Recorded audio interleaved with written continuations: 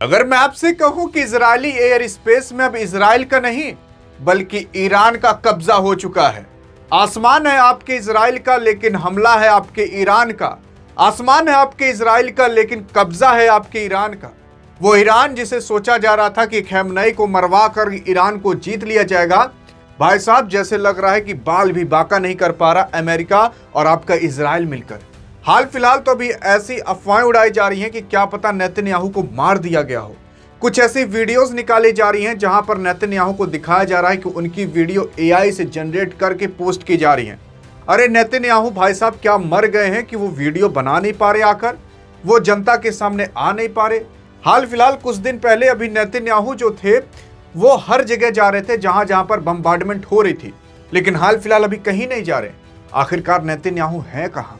सवाल यह भी उठता है कि आखिरकार अभी ईरान और इजराइल के बीच क्या चल रहा है। सवाल यह भी उठता है कि भारी कौन पड़ रहा है। सवाल यह भी उठता है, मैं आपको हर एक वीडियो दिखाऊंगा कि भाई साहब 1 दर्जन नहीं, अरे 2 दर्जन भी नहीं, 2 दर्जन से ज्यादा मिसाइलें, वो भी जो 2-2 हजार किलो की हों, उसको छोड़ा है इस बार ईरान ने, और कहीं और नहीं बल्कि इजराइल के अंदर।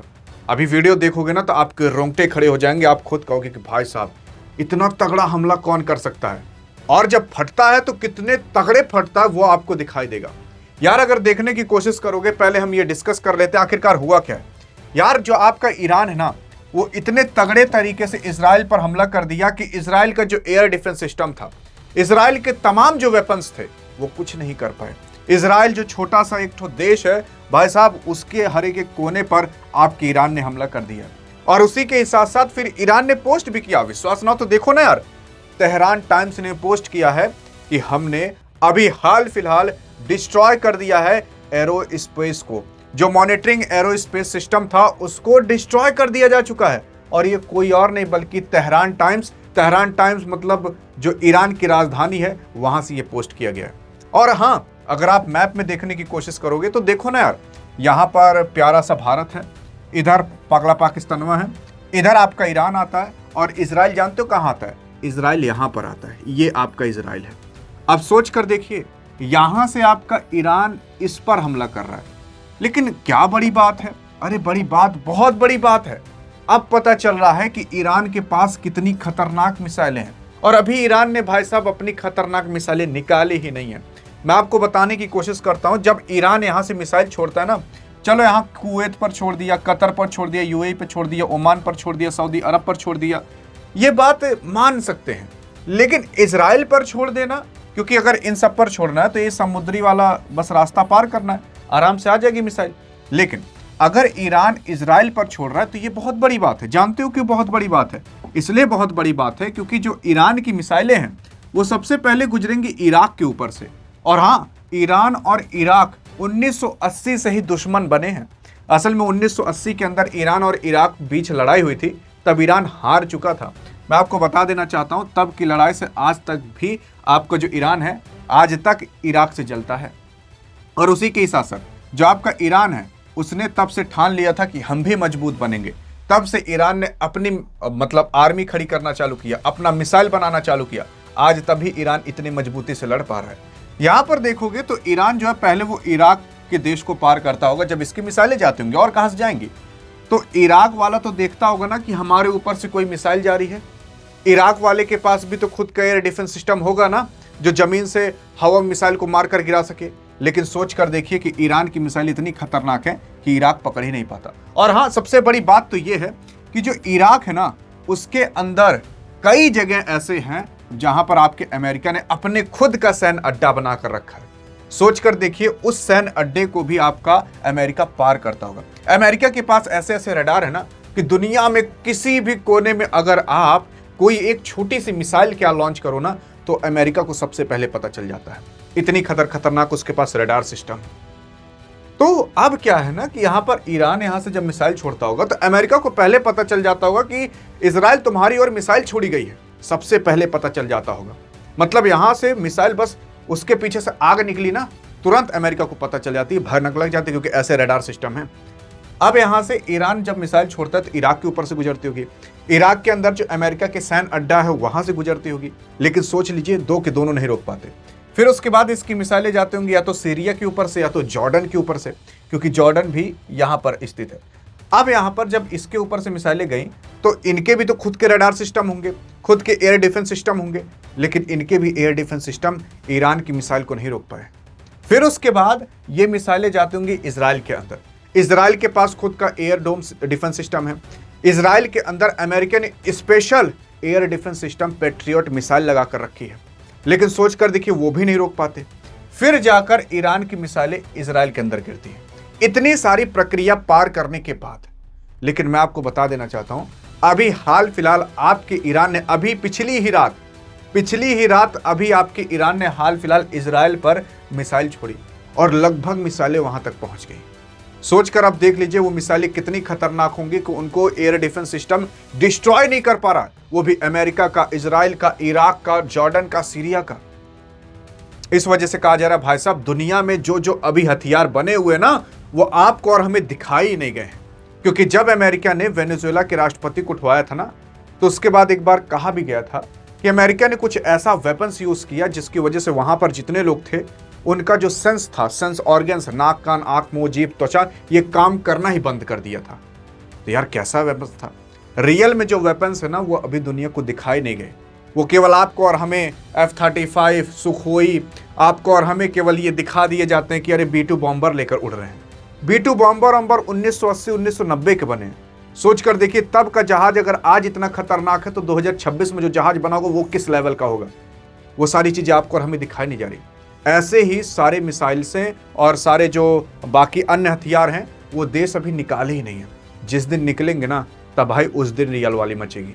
अब सोच कर देखिए, इतना एयर डिफेंस सिस्टम लगा है कहने के लिए, लेकिन रोक ही नहीं पा रहे। अरे भाई साहब, 20 मिसाइलें लगभग जाकर गिरी इजराइल के अंदर, और इतना खतरनाक हमला हुआ है कि इजराइल के अंदर मना कर दिया गया, कोई वीडियो नहीं बनाएगा।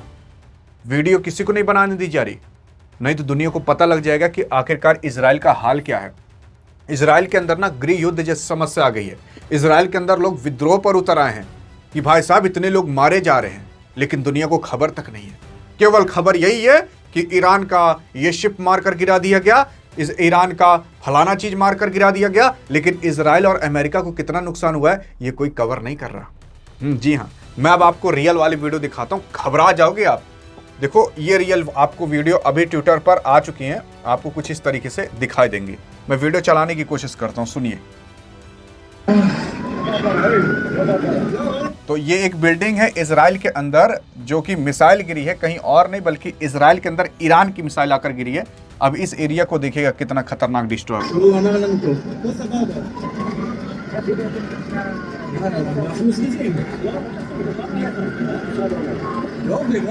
अब ये तो छोटी मोटी चीज है, मैं अब आपको दिखाता हूँ खतरनाक वाला जो अभी हाल फिलहाल अटैक हुआ है वो दिखाता हूँ। अब ये वाला अटैक देखोगे भाई साहब घबरा जाओगी। ये मिसाइल आपकी रियल जा रही है। मैं आपको मिसाइल दिखाने की भी कोशिश करता हूँ भाई साहब, कितनी खतरनाक मिसाइलें हैं। यहाँ आसमान में आप देखोगे ध्यान से तो यहाँ पर आपको मिसाइलें दिखाई देंगी कुछ। ये जो आप ऊपर देख रहे हो ना, ये कई दर्जन मिसाइल जा रही हैं, और ये जो मिसाइल हैं आप विश्वास नहीं करोगे, इन मिसाइल का वजन 2-2 हजार किलो है। 2-2 टन वाली मिसाइलें अब आपका ईरान छोड़ रहा है। और ये जानते हो कहाँ जा रही हैं? ये इजराइल के अंदर जा रही हैं। ये नीचे से लोग वीडियो बनाए हैं और दिखा रहे हैं कि भाई साहब आसमान में देखिए किस तरीके से मिसाइल जा रही हैं और इजराइल के अंदर कैसे सायरन बज रहे हैं। पूरे इजराइल के अंदर हर रात को सायरन बजते हैं। पूरी जनता खौफ में रहती है कहीं हमारे ऊपर आकर अभी मिसाइल गिर ना जाए। 2 दर्जन का मतलब 24 से ज्यादा मिसाइलें हैं। अब फिर उसके बाद अगली वीडियो देखिए, अगली वीडियो तो और खतरनाक होगी। ये आपके सामने अगली वीडियो, ये मिसाइलें छोड़ते हुए दिखाया गया है। और हाँ, यहां पर 47th wave operation against US and Israel Iran द्वारा चला गया है, जिसका नाम 47th वेव ऑफ ऑपरेशन है। तो यहां पर इस तरीके खतरनाक मिसाइलें छोड़ी जा रही हैं। ये मिसाइलें अभी आप आसमान में देख रहे हो, लेकिन आसमान में किस तरीके से भाई साहब अभी रोशनी करता हुआ जा रहा है वो देखिए। अब आप कितनी खतरनाक मिसाइल होगी जहां पर ये जाकर गिरेगी। फिर अभी ये भी नहीं, आप कुछ अभी मैं आपको रियल वाला जो शाहिद ड्रोन है ना, जो आपका ईरान लॉन्च कर रहा है उसको दिखाते हैं। ये देखें यार, कोई बचेगा अगर ऐसी मिसाइलें गिरेंगी तो। ये भी इजराइल की ही तस्वीर है। फिर उसके बाद देखिए, अभी तो ये सब कम है भाई साहब, अब देखिए रियल वाले। ये देखिए ड्रोन जा रहा है, अब ये ड्रोन जाकर आगे अभी गिरेगा भी, ध्यान से देखिएगा। ये वही शाहिद ड्रोन है जो कि ईरान छोड़ रहा है, जिसके पीछे 2 मोटरसाइकिल के इंजन लगाकर उड़ा रहा है। देख रहे हो, मतलब वो ड्रोन इतना खतरनाक है, इतनी दूर से देखने के बाद कितना खतरनाक ये फटा है। फिर उसके बाद और दिखाता हूं मैं आपको भाई साहब, अटैक बहुत खतरनाक हो रहा है ईरान और सबके द्वारा। अब देखिएगा,